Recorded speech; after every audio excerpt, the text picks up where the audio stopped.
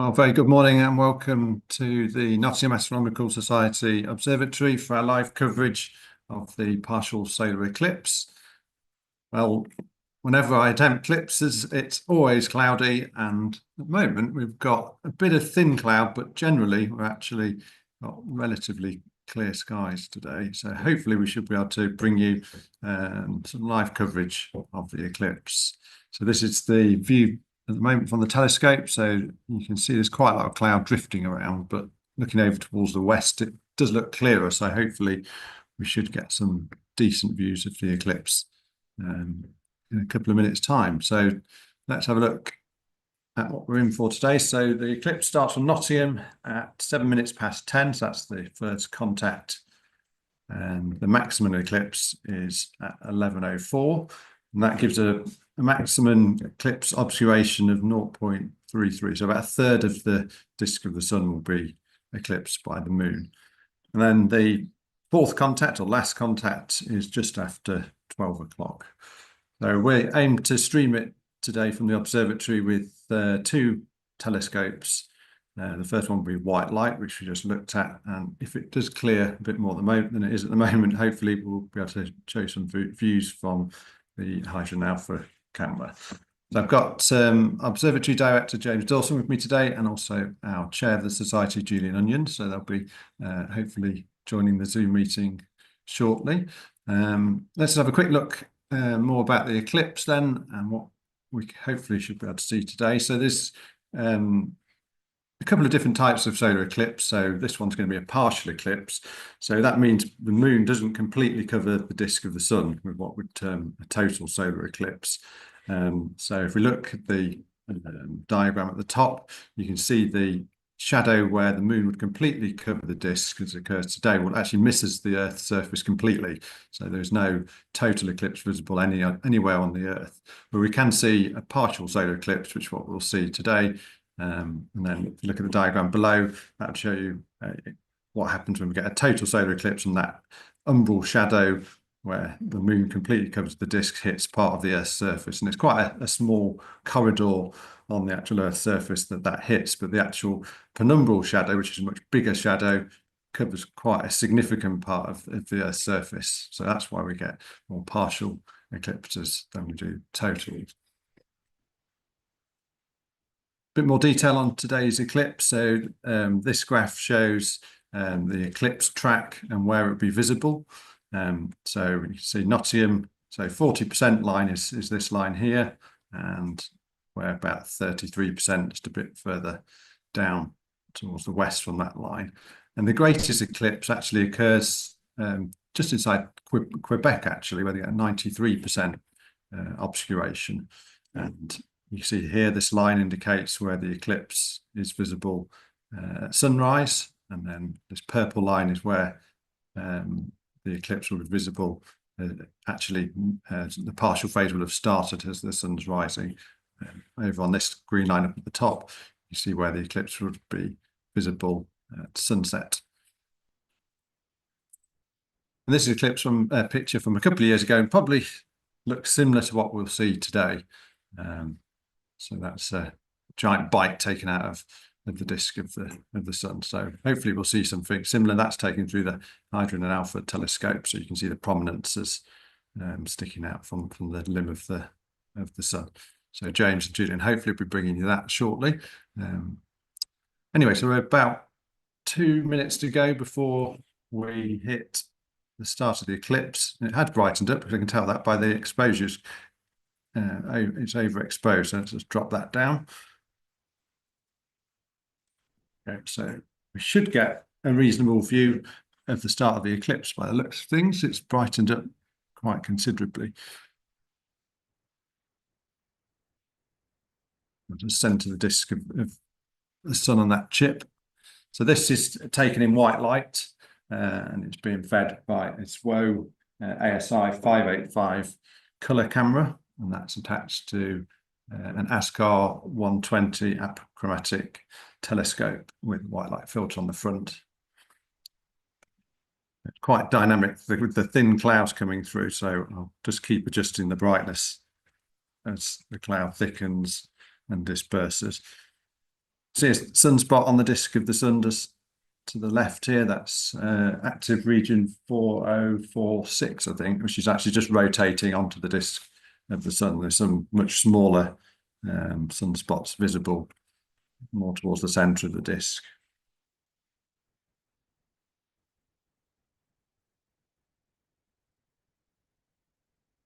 So we're about a minute away now from first contact, so keep our eyes peeled for the moon starting to appear on the disk of the sun.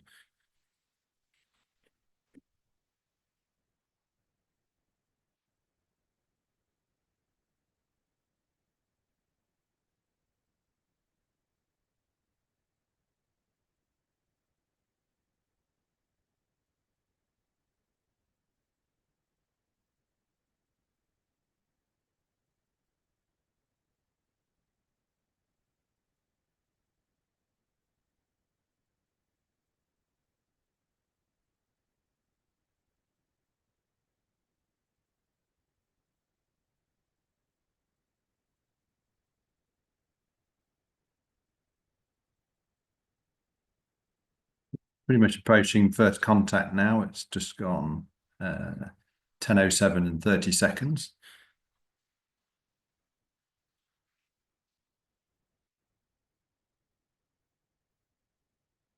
Just going to brighten up the image just a touch.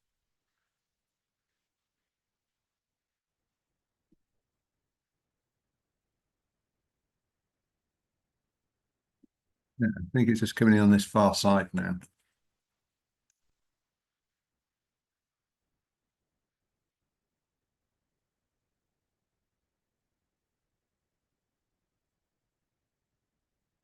Very good. It's always comforting to know when you first see the moon start to take a bite out of the sun that the chaps at NASA have done their calculations correct. Yeah, it's becoming quite evident now.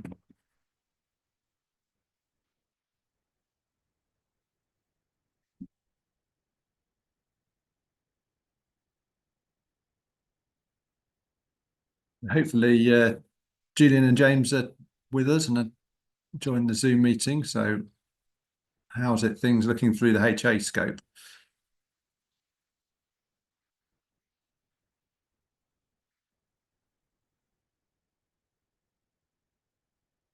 Can you hear me, Richard?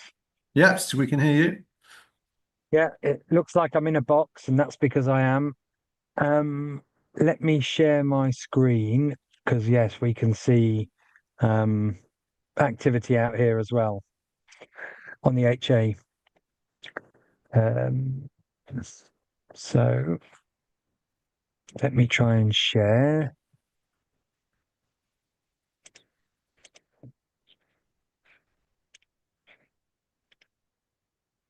Sharing is not turned on.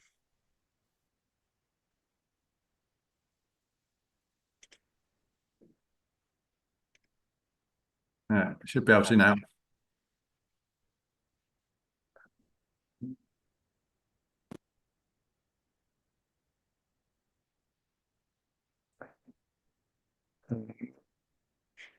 Hopefully you can see. Let me just drop the brightness down a bit. So hopefully you can see the sun in hydrogen alpha. I'll turn all these bits off. There's still a fair amount of cloud, which is impacting the vision we get in HA. The HA scope's much more susceptible to the poor seeing and cloud, but we can see the whole disk, and then we can see the moon taking this chunk out on the side opposite to this sunspot. And just like Richard, the cloud means we have to constantly make small adjustments to the exposure settings. And I'm using Sharp Cap here, connected to a 174 camera on a 50mm Lunt telescope, and the mount isn't very well aligned, which is why I have to keep making small adjustments, I'm afraid, to that.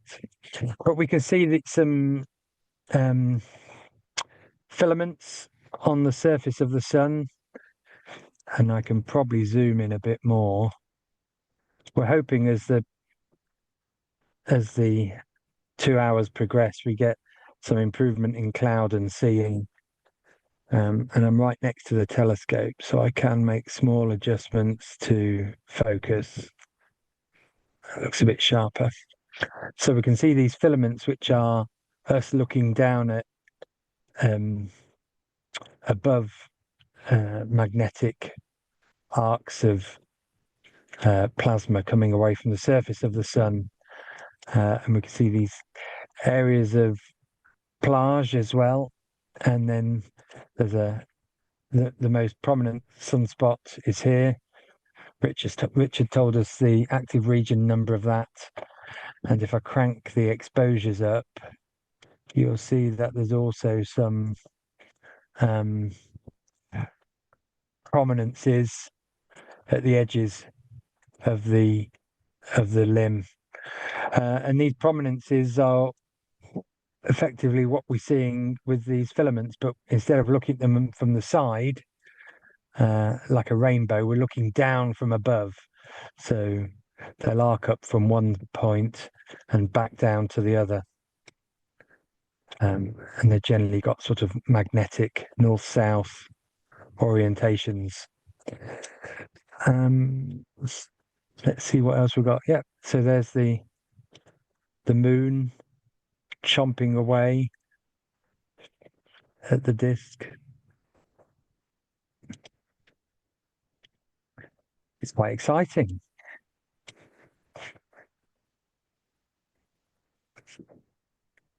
I don't know what Julian's got because he's set up the sea star. I don't even know where Julian is. Oh, he's behind me. So, Want me to show something? yes, I don't know how Julian's going to get in on the action, but he will.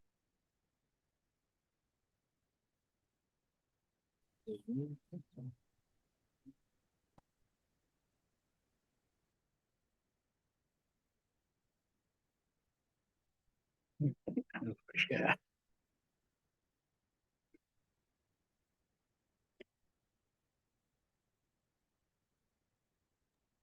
Whilst Julian's setting that up, it's probably worth saying he's using a Zwo Sea Star, which is what we call a smart telescope. So you can't actually look through it. It's just got a dedicated camera on it. They're quite a new entry into the telescope field, which is quite a new thing in terms of it's quite a cheap telescope to buy, and it's all controlled through a smartphone. So he's just trying to connect through Zoom onto that telescope. So that's a bit of a challenge. Just a bit of a challenge.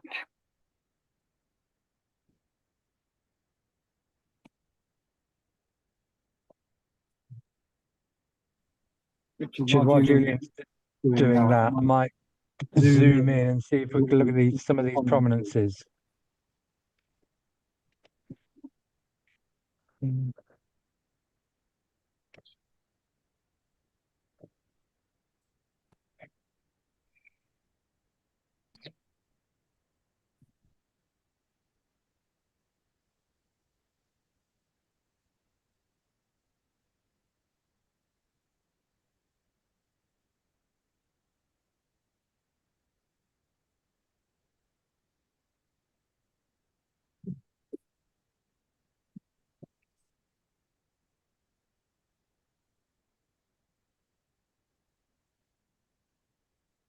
Zoom in. Zoom in a bit more.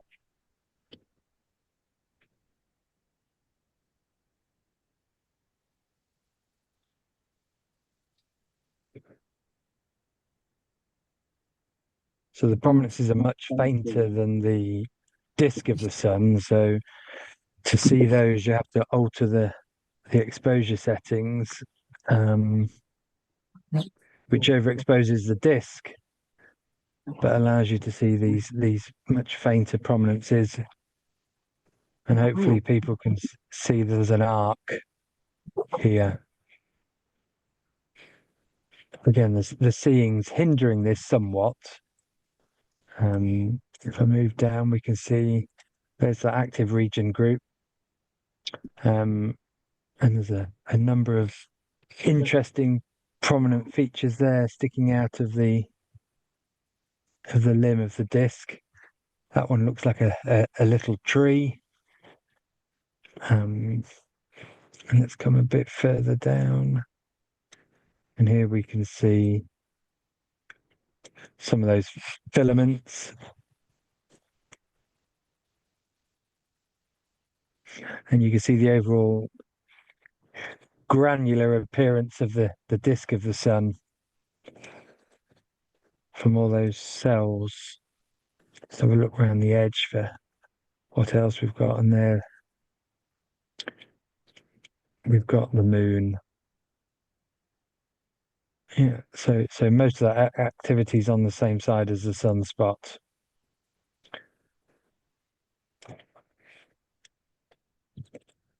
Zoom's definitely easier with two monitors.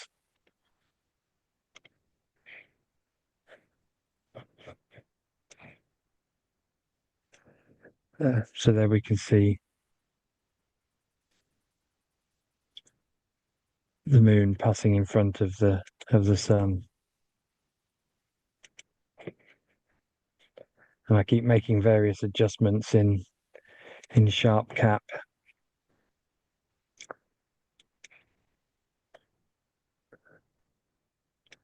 Yeah, the cloud, you can see the cloud subtly drifting across the face of the sun. Looking at the sky, I think we're going to have that for at least the next half hour. But the seeing seems to have steadied, which is good. And that allows us to see much finer detail.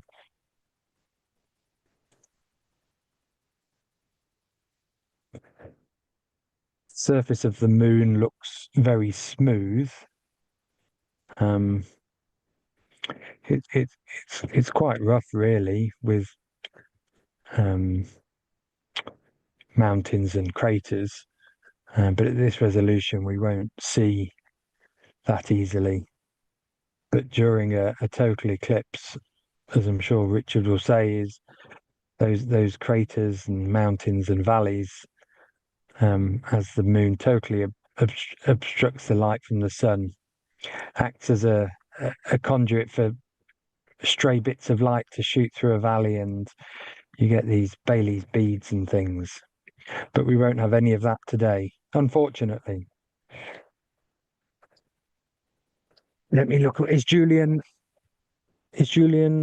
good with the C-scar? Not yet. He's still having technical issues. How are we doing in white light, Richard?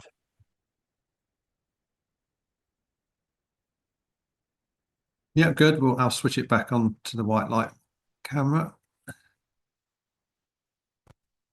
Yeah, hopefully you'll be able to see that now. That's just a quick view of the all sky camera, so you can see the sky conditions that we're working with at the moment. So there's a fair amount of thin cloud, but fortunately we can just about punch through that with the brightness of the sun. So that's the live view from the in white light. So the eclipse is progressing quite quickly, really.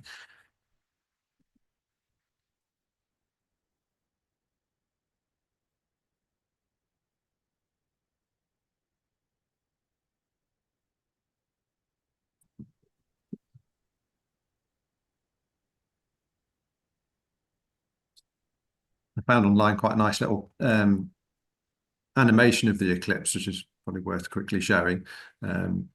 So this outer larger circle shows where the partial eclipse is visible. And once it just cycles back through, so that's the end of the eclipse now. So we're just picking it up on the screen at 10 o'clock. So that black dot that you can see just going above the Earth, that's where the zone of totality would be. So you can see it's actually missing the surface of the Earth completely, which is why we've only seen a partial. That's quite a nice little animation to show you exactly where the eclipse is visible.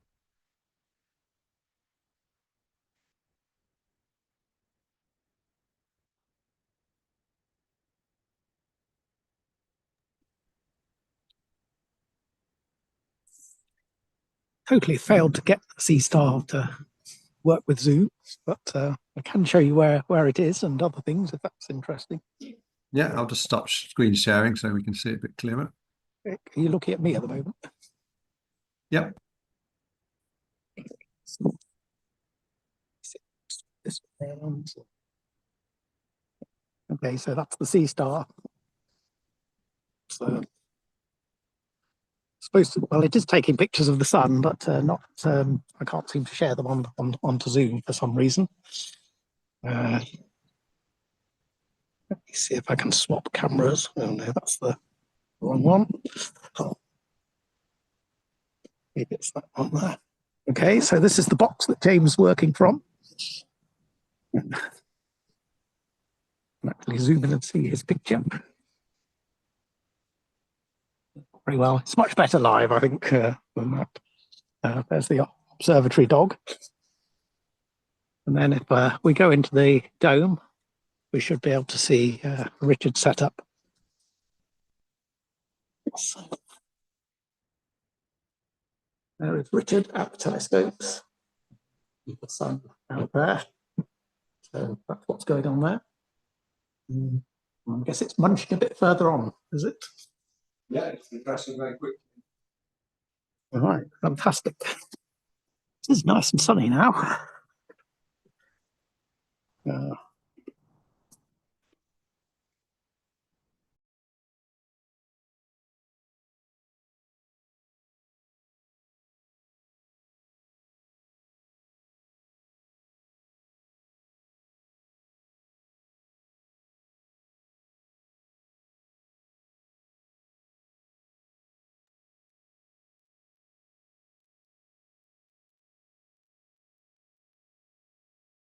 We've just got quite a bit of cloud go over, so I'm just going to whack up the exposure so you can see it a bit better.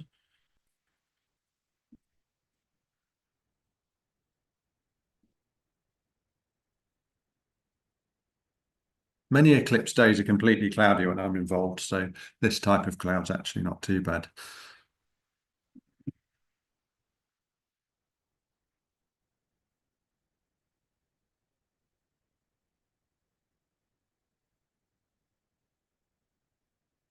Right, so the plan for the sort of next hour or so, we're just going to leave the live streams running on the screen, and we'll gradually switch between HA as the cloud conditions permit and back to white light. So the intention wasn't for us to jabber on for 2 hours solid. I don't think we know enough about the sun to do that. Well, I certainly don't. So yeah, we'll leave the live stream running and perhaps come back with Julian and James as we get around the maximum eclipse.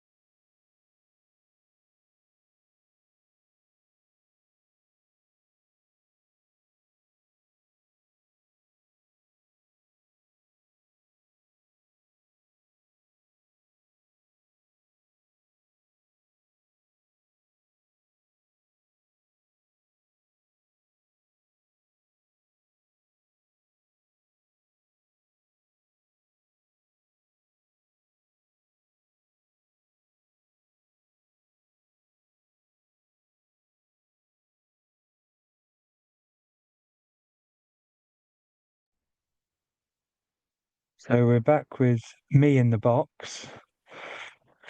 And what I was going to do was show Stellarium where we are now, or Stellarium.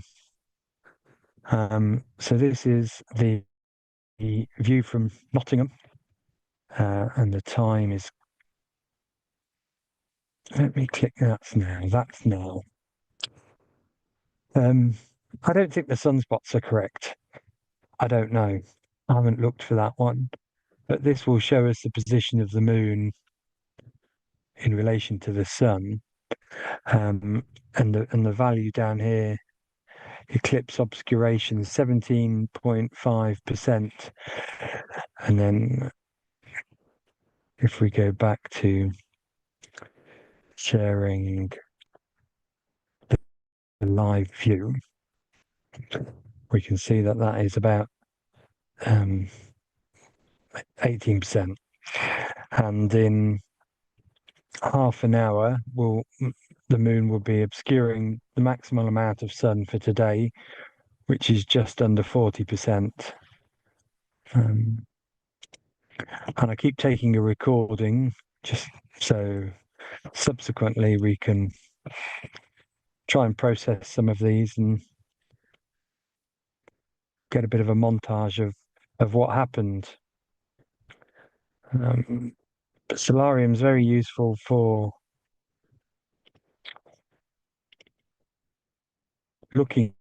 predicting where the moon's going to appear on the disk, and where it all sits in relation to the horizon. So it's really useful software. So what I will do is I'll go back to sharing the live view and put the sun back in the center and go quiet again, and we'll come back just about 11 o'clock.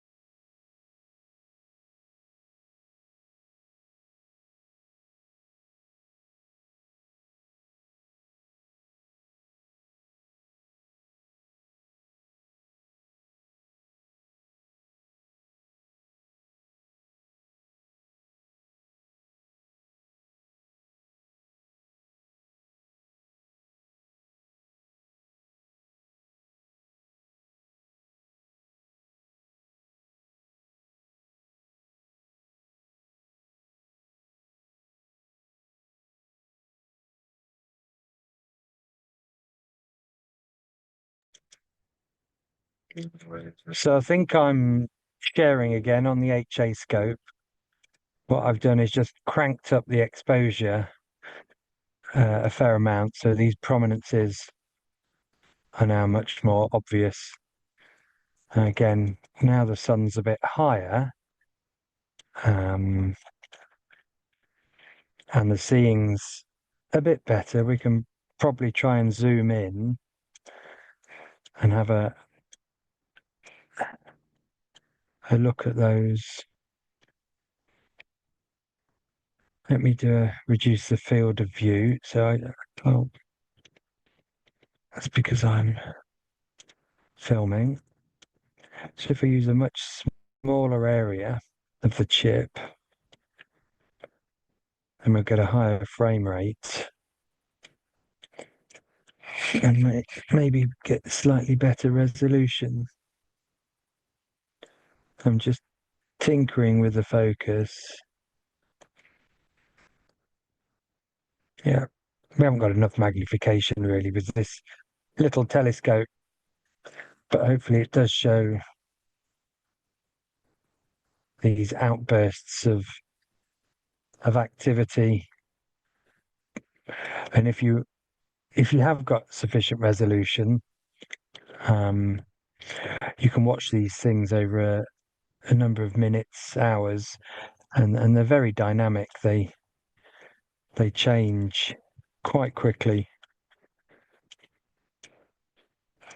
Let me zoom back out and we can see where we are with the eclipse. It is a lovely image. The seeing's really working in our favour, luckily. My monitor screen's got lots of bits of lunch on it, and I'm never really sure what's a astronomical artifact and what's lunch. So again, altering the exposure rate, you can see the surface of the sun, that white plage area, and these filaments. I'll start another recording, and that sunspot, 11:47. So I'll have a look in Stellarium and see where we are. So we're at 28.6% obstruction of the sun by the moon.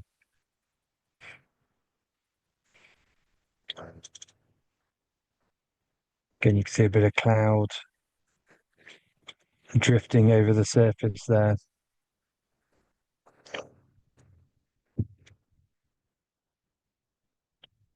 Right, I'll turn my mic off and keep an eye on things.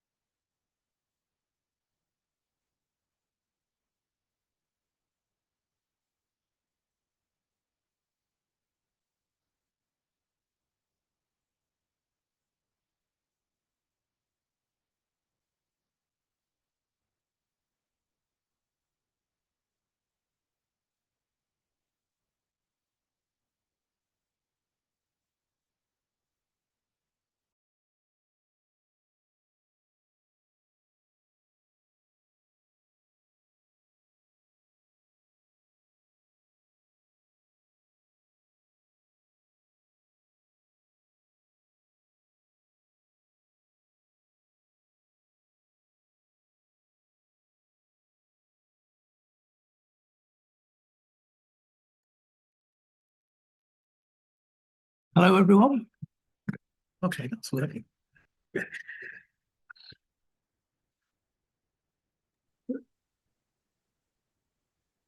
Julian, are you there now? Yes, we can hear you now. Oh, that's better. I think Okay. I'd leant on my microphone and hit mute. I can't remember what I'd said. I'd said something about that prominence which the moon had covered. And I was saying we'd passed the maximal obscuration. Big some echo from you, James. Um,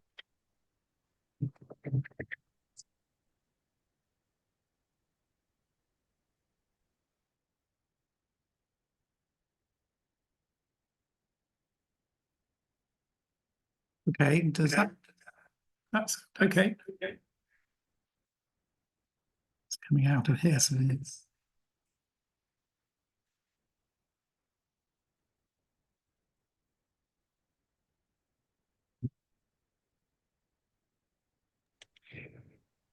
coming out of Yeah. this. You try. I think it was. No, it's still zooming.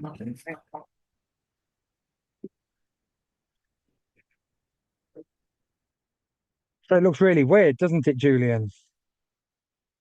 Disk of the sun and that symmetrical disk missing out of it.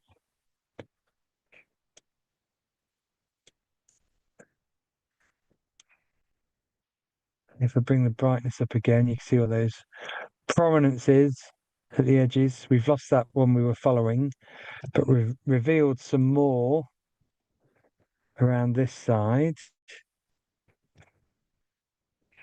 Let's see if I can focus those a bit better.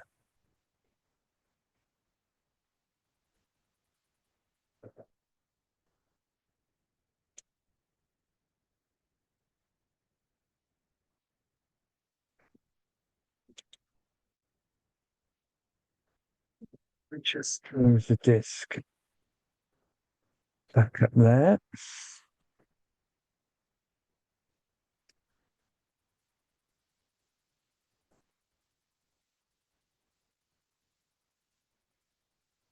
No, I think it's a really bizarre but lovely sight. And we got the solar spectacles out, and we looked at it with the naked eye as well through the safety spectacles, and that was fascinating. See a big chunk missing, but you can see. Okay, I think we fixed it here. So you can ask me questions if you want to, James. Yeah. Um, let's find the questions. Are there any? Shirley's asked, has everyone got sound? Are we back? Audio working. Sorry about that, Shirley. So So I think it's true, James, is it not, that if you get a lunar eclipse, you're likely to get a solar eclipse like 2 weeks later? yeah, no, that's true because of that Richard read up all about this, but that's true. The two are linked because the orbital plane of the moon is Yeah. is in the right alignment with the sun for the Earth to shadow the sunlight hitting the moon, and then subsequently the reverse is true. Yeah. So there was a lunar eclipse 2 weeks ago, I think, about that Yeah. time, that I Yeah. slept through. I don't know if anybody else did, but anyway, it was cloudy, which I guessed would be. We looked for it, but it was cloudy. Yeah. So, but there was a wonderful picture from the lunar lander. I forget which one it was. Oh yeah. Because that was on the moon looking back at the Earth. That got to see a solar eclipse from the moon because things lined up. So yes, 2 weeks further on, and we get this partial solar eclipse. I think Richard said it's not going to be a total solar eclipse anywhere on Earth. No. The totality is out somewhere in space. So have to be in some sort of spaceship to actually see it fully. But if you're out in space, you can move around anyway until you get the moon in the way.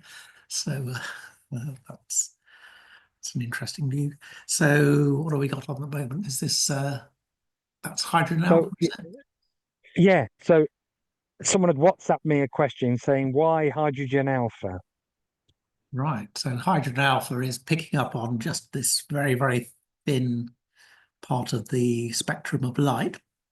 It's somewhere in the red, isn't it? I think hydrogen alpha. And you've got a special filter that just picking up that hydrogen alpha signal. Because the sun is made, it's about 70 something percent hydrogen. There's a lot of hydrogen in the sun, and the rest is mostly helium anyway. You get to see quite a lot of this activity in hydrogen alpha because that's one of the transitions of hydrogen. So that's getting kind of, you're attuned to what the sun is putting out.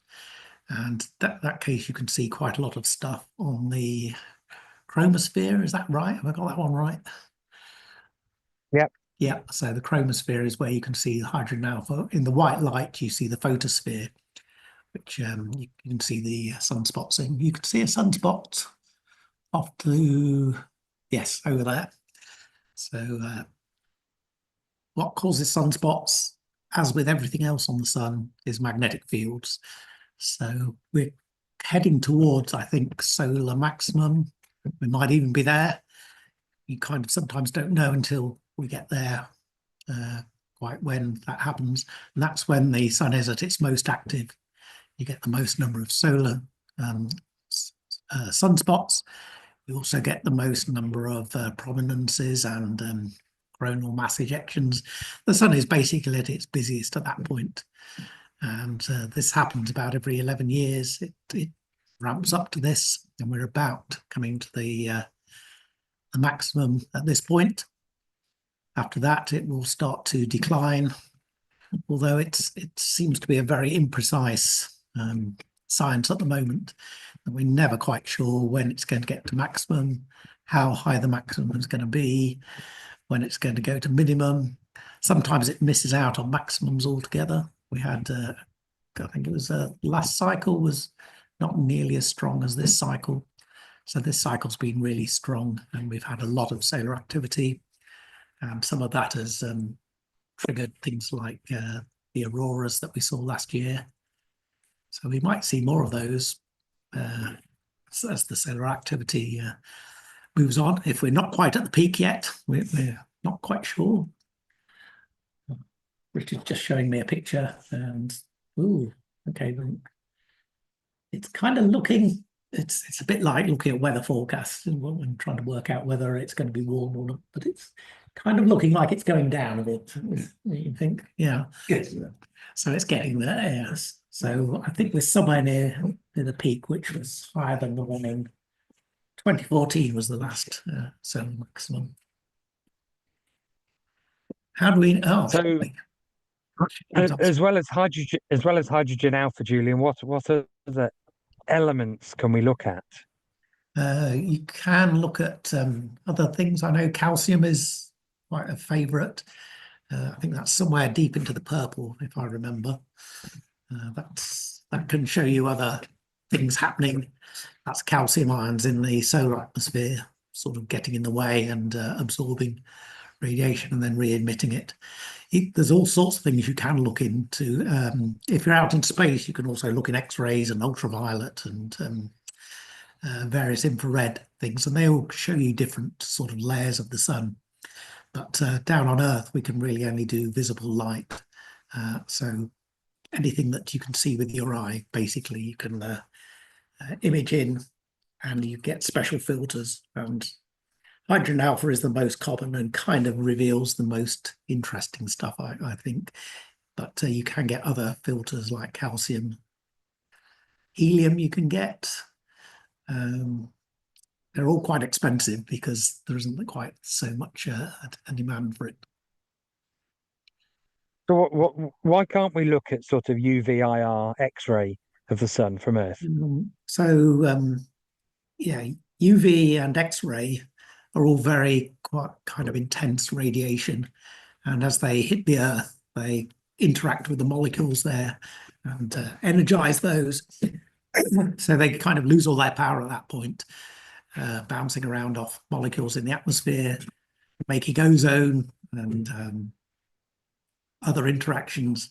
But it's very good because X-rays and well, ultraviolet is also quite bad for us. You know, the small amount of ultraviolet that does come through the atmosphere gives you sunburn or sun tanning. But you're probably aware that you can also get skin cancer and things like that because it's quite an intense radiation. And X-rays, as I'm sure everybody knows, are much more intense. So, you know, if you go for an X-ray at a hospital, you're in and out very quickly. They don't leave it on for long because it can damage things. But luckily, the atmosphere blocks pretty much all the X-rays and the higher up things like gamma rays. So they just get sort of they excite molecules in the atmosphere, and that's it. they get sort of shifted away from that and either reflected or bounced off. Infrared, which we can also look at, only comes through the atmosphere in small sort of channels. There's just a few tiny channels that the atmosphere will let through. Infrared is kind of you feel it as heat. I'm sure you've heard of infrared night sights and things like that, which pick up on heat. But it's also very well absorbed by certain molecules like water, carbon dioxide, methane, all of those things. So any water vapor in the atmosphere tends to soak that up. We've got various infrared telescopes around the world, but they tend to be in weird places. Like a really good one is in the South Pole, sitting at the South Pole, because most of the water vapor there is frozen out of the atmosphere. So they get quite a good view of certain bands of infrared. The Atacama Desert is another one. That's a very, very dry place. And you can do sort of infrared observing. Do a certain amount from other mountains like Mauna Kea in Hawaii, and I think also maybe the Canary Islands. You can do it from various places, but they have very short, small bands, so they're kind of very thin parts of infrared that get through, and the rest get blocked. So if you want to do full infrared of the sun, you really need to launch the thing into space, and it can see the whole of the picture then. So it's SOHO, takes pictures in X-ray, white light, hydrogen alpha, I think a few other bands as well, several visible bands. Of course, that also has the advantage it's never cloudy in space. Yeah, no, that is good. So I've zoomed in on the limb of the sun, and we can see these prominences. So what actually is this material which is, you know, sticking out from the surface? Just lost my monitor, but carry on. So that is mostly whatever's in the sun, which is about 70% hydrogen, 25% or so, maybe 27% helium, and the rest of it is just other things. In astronomy, we call them metals because we just group them all together as stuff, and that is kind of the rest of the stuff. So most of the sun is hydrogen and helium, and it's that we see sort of spiraling up. Everything in the sun is pretty well ionized, which means it's got its electrons stripped off, so it's actually not electrically neutral like most atoms, but has an electric charge. And the sun is very, very magnetic, has a lot of magnetic fields. And these tend to sort of, if you've seen a bar magnet, the fields sort of go from the North Pole to the South Pole. And you get kind of loops of this off the surface of the sun. So the material tends to follow around those magnetic fields because it's electrically. And so also magnetically affected. Occasionally it can break out of that loop, so it sort of launch from the surface of the sun, go up in a big arc and then come back down again. And sometimes it breaks out, and that's when we get a sort of a solar storm that comes towards the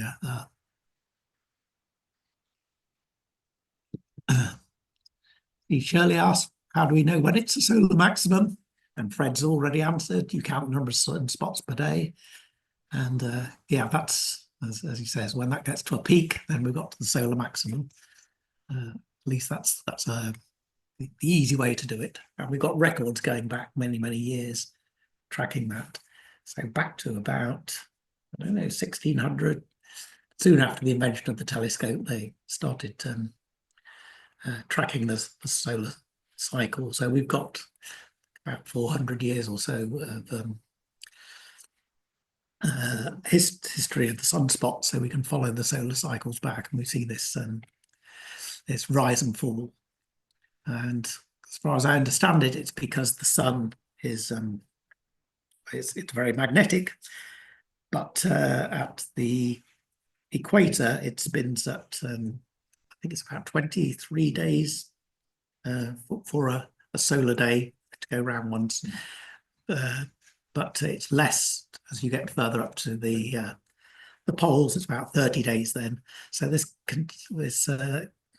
generates a sort of tension in the magnetic fields. They're spinning faster around the equator than they are towards the poles. So this sort of is like winding up a spring as it goes. And over about 11 years, it winds that spring up. And then it kind of snaps and starts winding in the other direction at the next point.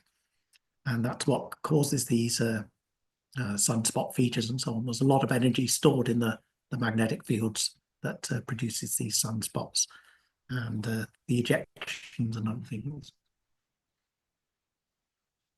Again, I had another question on WhatsApp about when is the next solar eclipse, and there's a Wikipedia page on UK solar eclipses. Yeah, it's so next we've year, got, isn't it? yeah, 12th of August 26. Yeah. And it's a total eclipse from Iceland and northern Spain. And in the UK, it'll be 96% in Cornwall and 91% in Aberdeen. Oh, So August 26th is a good one. yeah. And not too far to travel if you want to see it. No. And then we've got August 27, where we've It's got across Africa, 30% partial in Scotland and 60% partial in southwest England, and a total from Gibraltar. So August in Gibraltar, that'll be warm. Yeah. Well, not while the eclipse is on. And then no. And then January 28, there's a 40% partial at sunset in the UK. And in June 2030, there's a 50% partial at sunrise in the UK. So we've got a few happening.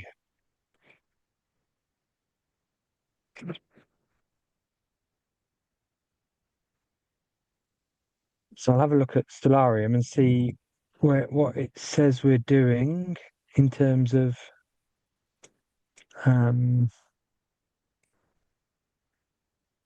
you talked about the features you can see on the sun, those like filaments and things that we can see on the surface.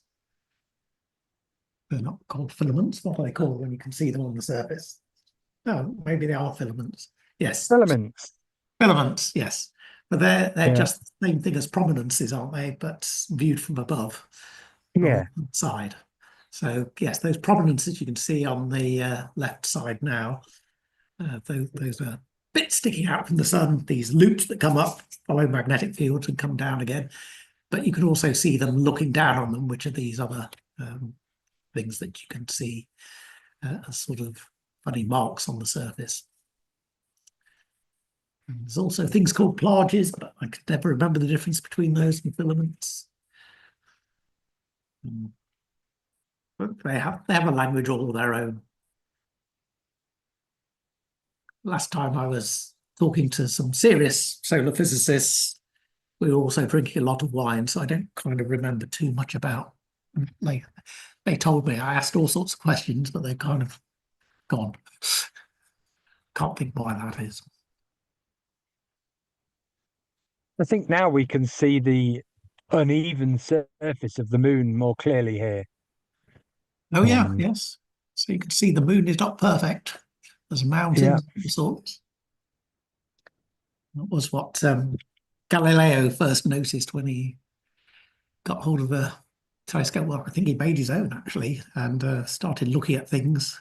And that was the start of the change from geocentric to heliocentric. The idea was originally that everything in the heavens was perfect and things on Earth were not perfect.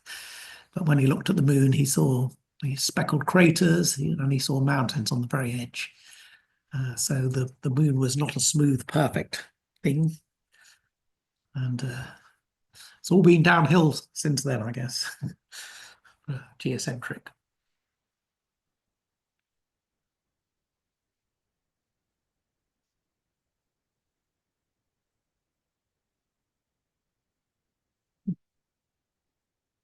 we're still in a patch of cloud, but it's pretty clear.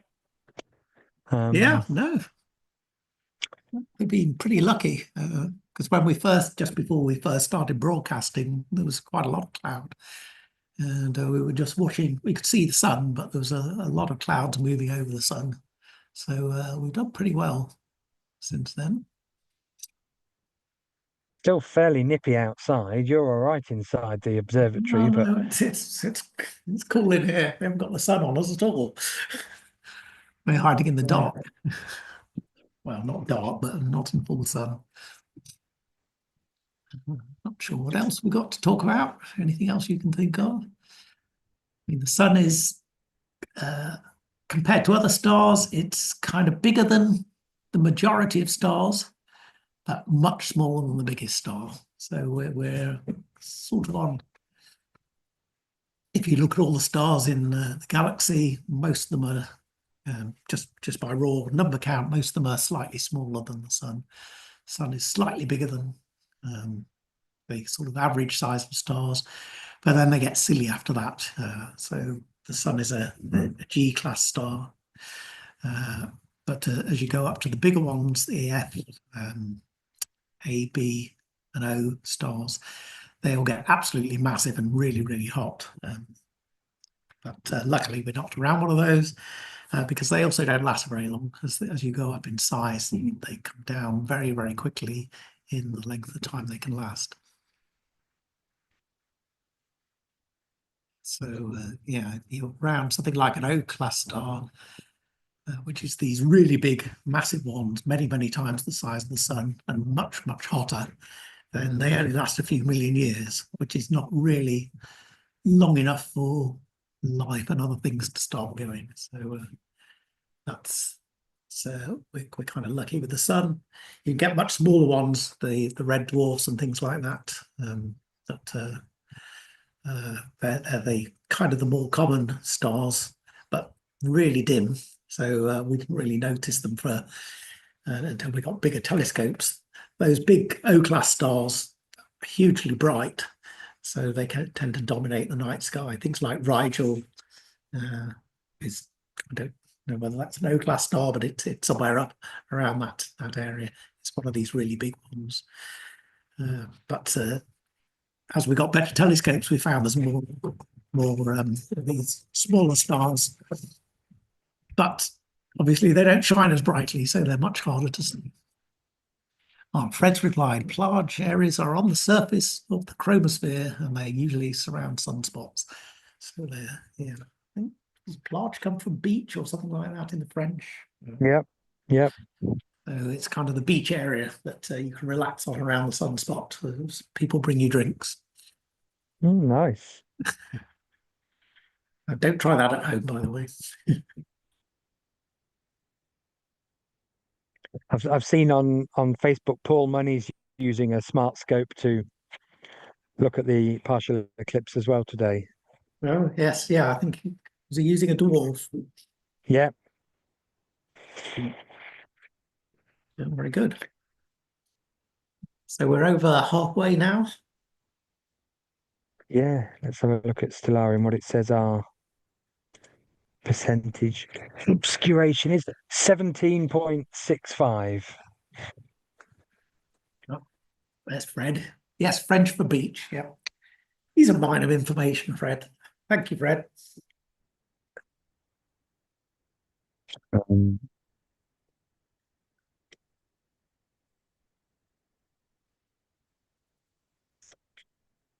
so this time last year, well, it was the 8th of April. Richard and I were in Texas for the total solar eclipse. And we had intermittent cloud there. But we've had much better weather today. Yeah. Less of the eclipse.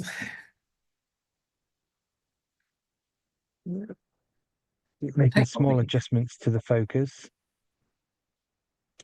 A travelling. A lot less travelling too, yes.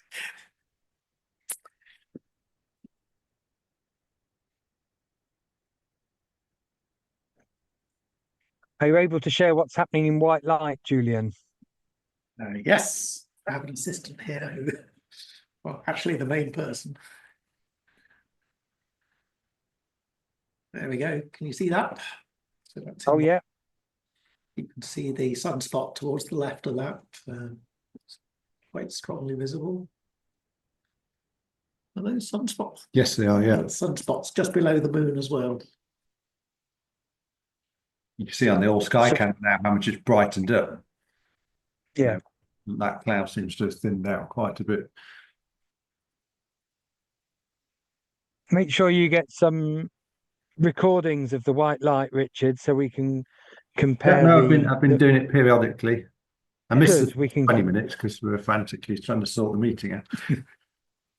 Yeah, but we can compare the white light and HA at some point. Yeah.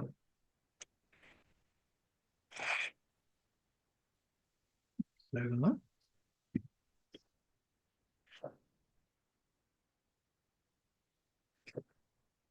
You can actually see the moon moving, but it is creeping out.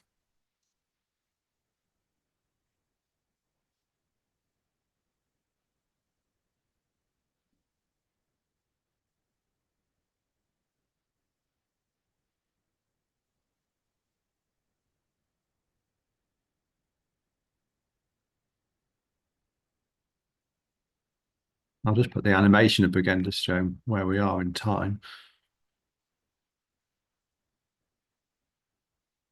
We've got what's about another 20, just over 20 minutes to go. Yeah, it's a nice one. So it's coming over Africa and Spain. That's when it hit the UK at just over 10. And then we've got a maximum around there. And now it's all disappearing as it moves out into space.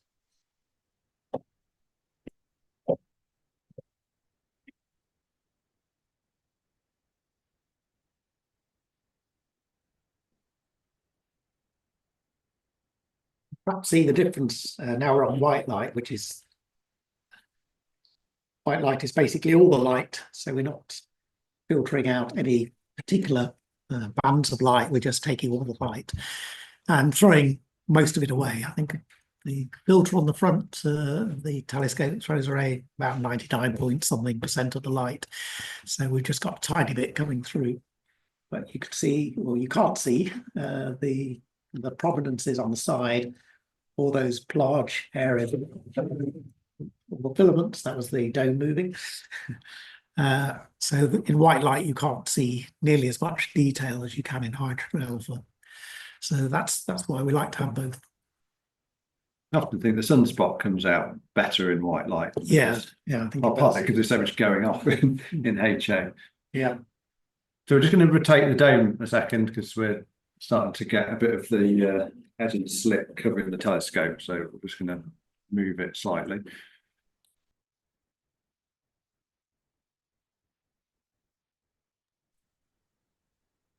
Okay, we've moved. wasn't too bad on your ears.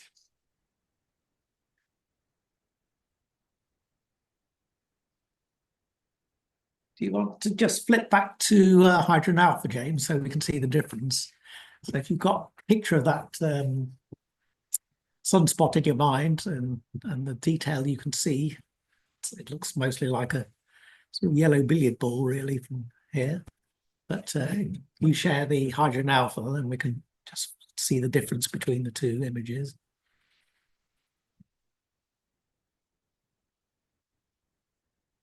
So my image is flipped left to right. So my sunspot's on the right and Richard's was on the left.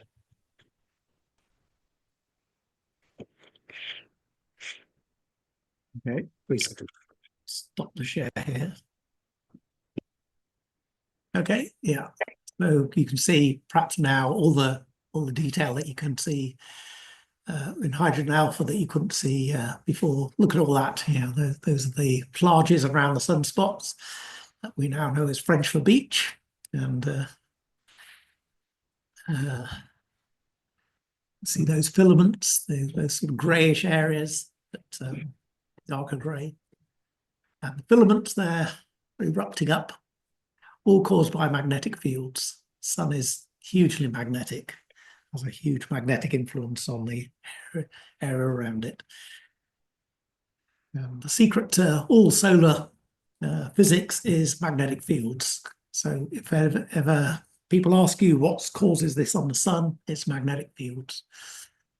Works for absolutely pretty much everything that happens there.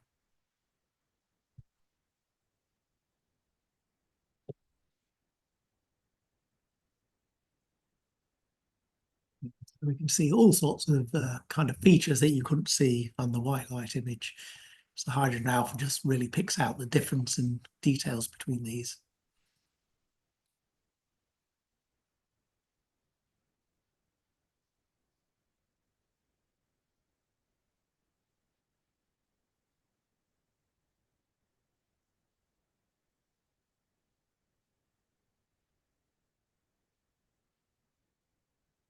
So Anakit's asked a question.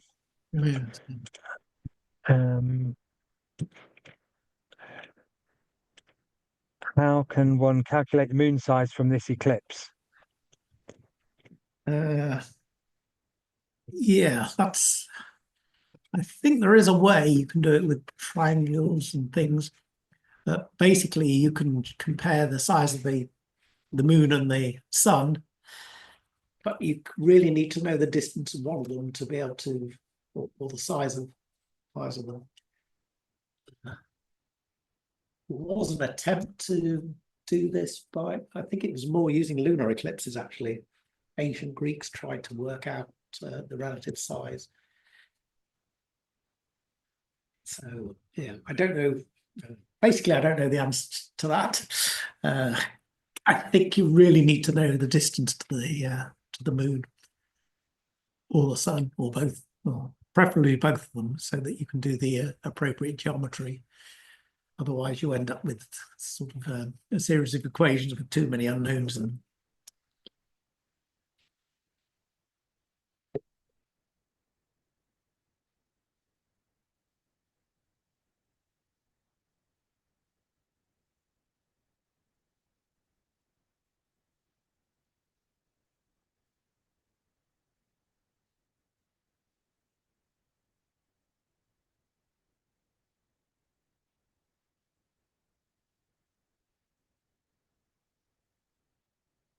There's more prominences there around the edge. Looks very crinkly.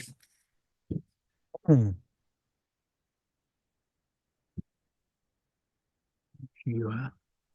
drop the exposure down, you can see the detail on the surface. So the sunspot, which on your side is on the right-hand side, that's actually a colder part of the sun, where you can actually see lower down into the below the surface of the sun, slightly more. I think the average temperature of the surface of the sun is around 5,700 centigrade, something like that. Or is that Kelvin? It's one of those. That doesn't make too much difference. And the sunspot is slightly colder, so I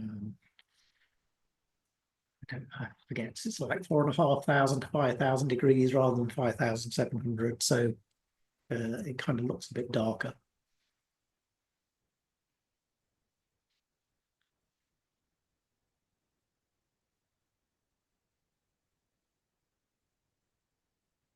Then you can sort of see the effect all around it. And it's all caused by magnetic fields.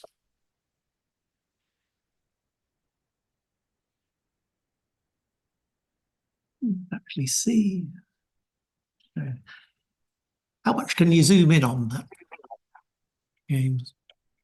On which bit? Any bit. I was wondering if you could see the granulation.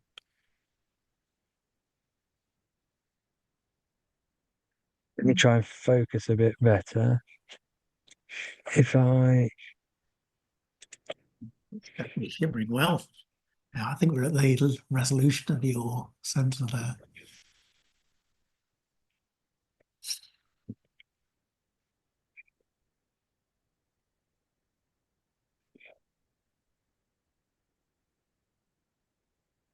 The surface of the sun is not completely smooth. It's I always describe it a bit like boiling porridge or boiling soup or something like that. You get bubbles of heat come up from lower down and sort of bubble up to the surface and then descend again. But they do it in, whereas your porridge bubbles are a couple of centimeters across, on the sun they're about 1,000 kilometers or something like that. These bubbling up bubbles that appear. So it looks sort of a bit think what it looks like. Like a collection of sort of tessellated hexagons or something like that. You see these sort of tiny pockets. But given the sun is 150 million kilometers away, and these things are 1,000 kilometers across or so, that's difficult to resolve unless you've got extremely good magnification and very good seeing conditions.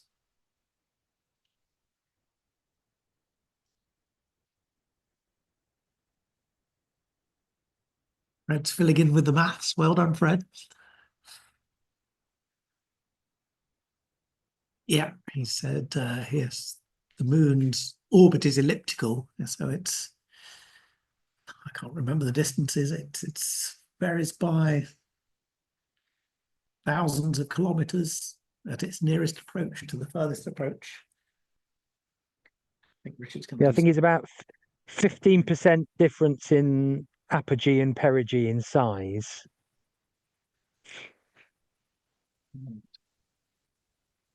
So because it's elliptical, sometimes the moon is nearer to us, sometimes it's further away. Sometimes the newspapers have a field day when there's a full moon when it's particularly close to us, they call it a super moon. And when it's much further away and a full moon, you get, I don't know what the opposite of a super moon is, but a not so super moon. So the same thing happens with eclipses. Occasionally you get an eclipse while the moon is at its furthest point away from the Earth on this elliptical path. And that's an annular eclipse. So it doesn't cover the entire surface of the sun, and you get a circle of the sun always visible, just as a ring around it. When it's nearest point, you get a total eclipse, and it will be fuller and last slightly longer because the moon is closer to us. Yeah, the maximum's about 7.5 minutes theoretically. Right. Totality. So if you're in exactly the right place and the moon is in the right part of its orbit and it intersects the sun, yeah, you can get 7 minutes. How long did you get in Texas? Just over 4. So 4, that's pretty good. Yeah. Yeah. Yeah. Did it fly by? Well, largely because there was a cloud in front of it for 2 of those minutes. So yes, it was a good job. We needed the full 4. Yeah. Wow. So yeah, the moon's really moved on now, hasn't it? There's only a small chunk left.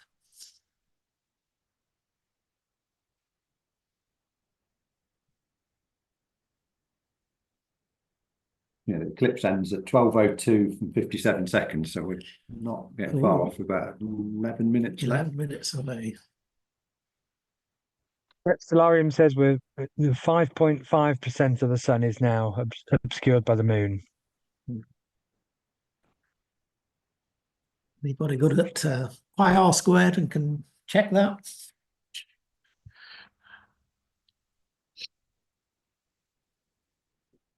One of those maths problems, isn't it? How much of this picture is visible?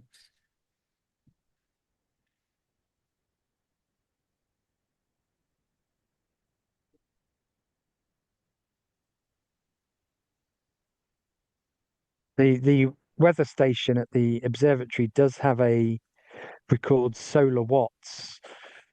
So if we can work out what the cloud was doing, we can hopefully correct that and see what the solar watts did during the eclipse.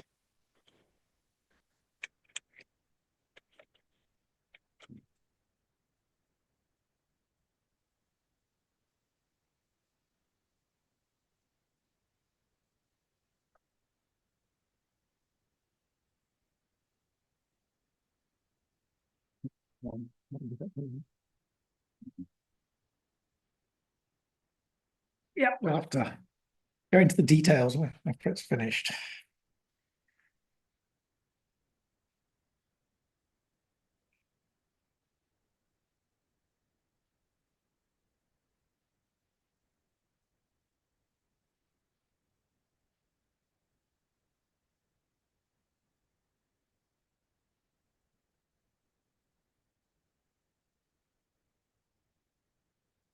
Too early for a countdown yet, isn't it?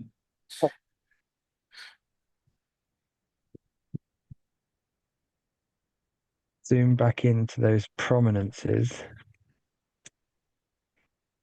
Well, yeah, some nice ones there. It's like an anvil. Yeah. Yes, on the lower one, you can see the sort of curve of the material coming off the sun and then falling back down again.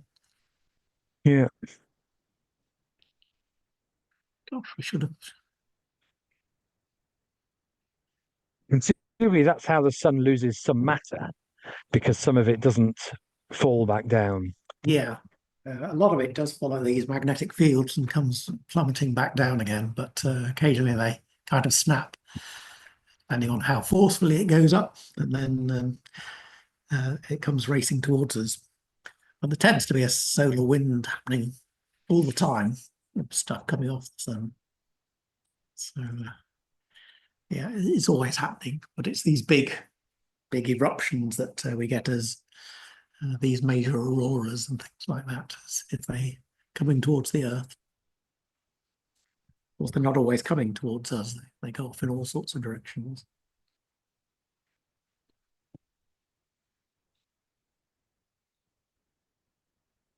Some good info from Fred there. Says the maximum eclipse this century happened in China on the solar eclipse of July the 22nd, 2009, 6 minutes and 38.86 seconds.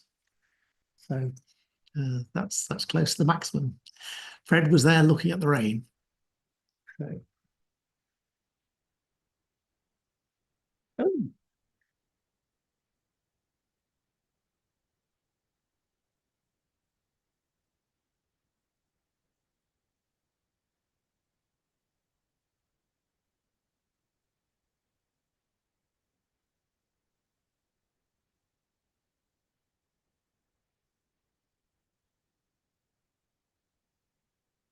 It's gone. Solarium says we're 2.8% obscuration now. Racing away.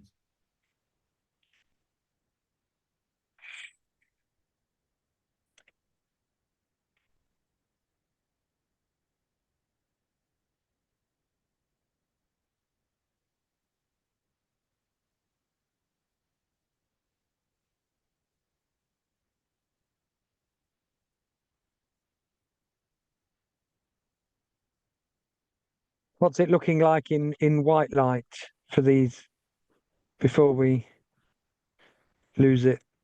Okay, we're just swapping over.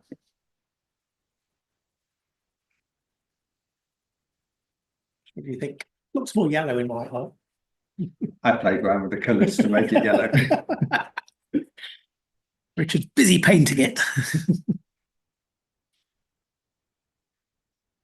So what camera have you got on there? That's the 5. So you've got a color camera on there. Yeah, it's 585. It only just fits on the chip. We've got a couple of Right. picks on the top and bottom once the moon's off the disc.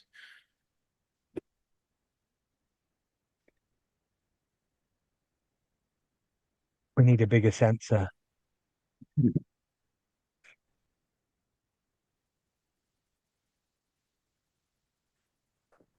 It's wandering off now.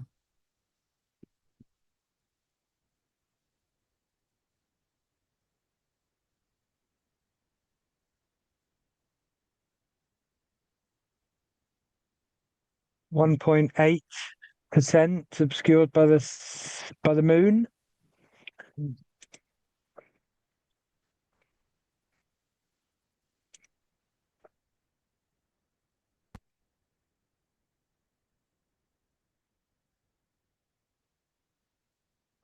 Has that brought it back to HA?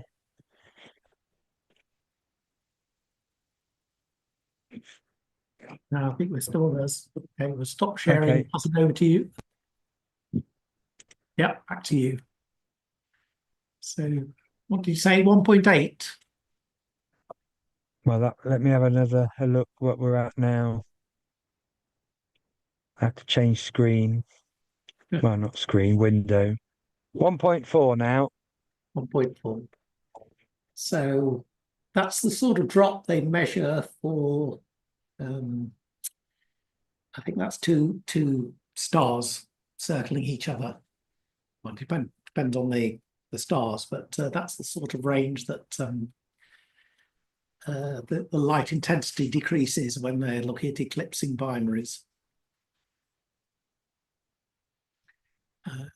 As it drops down to when you're looking for exoplanets, I think the biggest exoplanets, it's about 0.1% of the light Okay. is obscured. So we're getting close to that. Oh, it's a large bird just getting in the way. Is that a red kite? There's a red kite in the way. Doesn't it know there's the eclipse on? So 0.95%. 0.95%.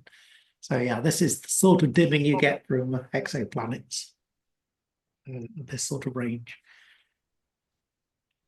So that's kind of why you've got to be very sensitive. And that's something really, really big. That's a really big planet. I forget what it is for something like the Earth, but it's a tiny percentage. So that's kind of what astronomers have to look for when they see the amount of light drop. Something like this, just a tiny sliver out of the light.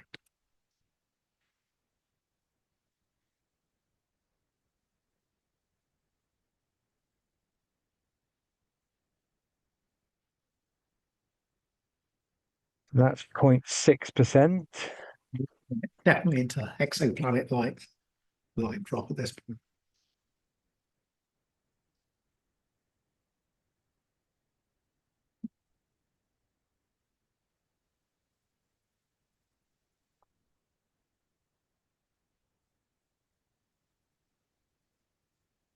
But does it officially disappear?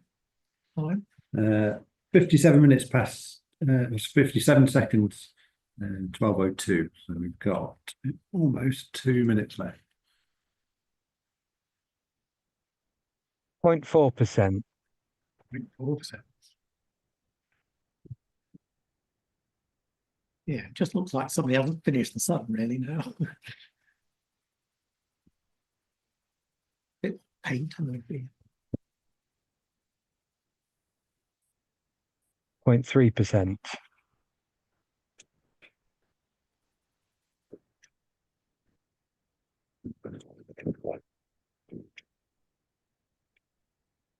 It's a shame there's no big prominence in that area because you'd get a bit longer with the eclipse as it moves off the prominence. But I don't think there's one there. 0.2%.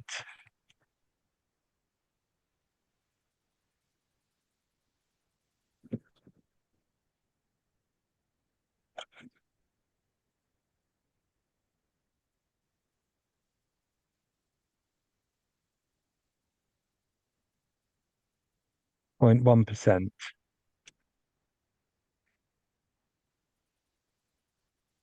We'll have to say goodbye to the moon. Bye to the moon for another year until it comes back in front of the sun.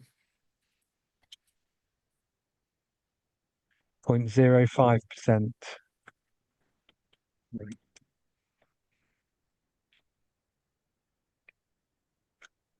Always amazes me the accuracy they get their calculations of the timings.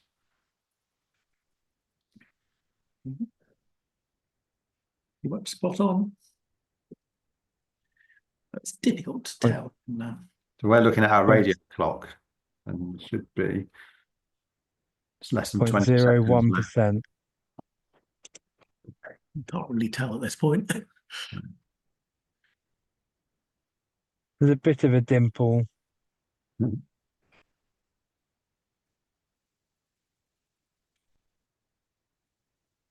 That's it. Now comes That's the it. timings. Yeah.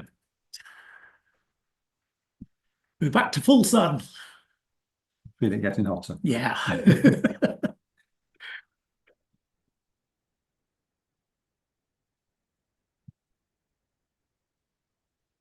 I can't see a prominence under there.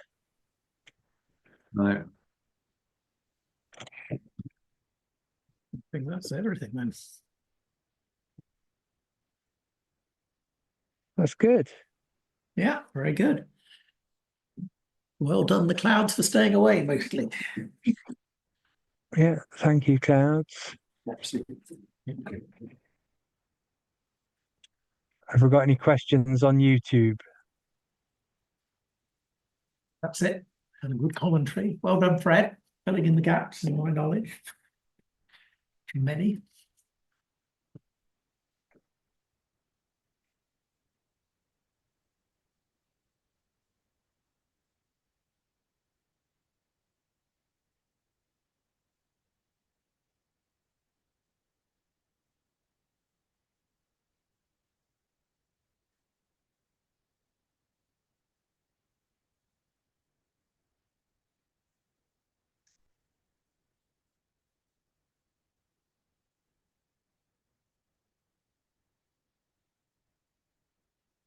Right, so that's it. We're back to, as Julian said, the full sun. No sign of the moon. That was 2 hours of partial eclipse from Nottingham. A bit cloudy to start with, but we had a good view of the deepest part of the eclipse and saw the moon drift across the face of the sun. And I think we've done well. Yeah, I think we're gonna Thank you to Julian and Richard. And go into our closing sequence. Yeah, good. Well, thanks for joining everyone. We've had quite a few watch over the last 2 hours. So, yeah, good views from James on the HA scope. So thank you very much for that. And thanks to Julian for filling in with his expert solar physics. So yeah, well, I hope you enjoyed the stream, and yeah, we'll see you again soon. So thanks for watching, everyone, and good afternoon.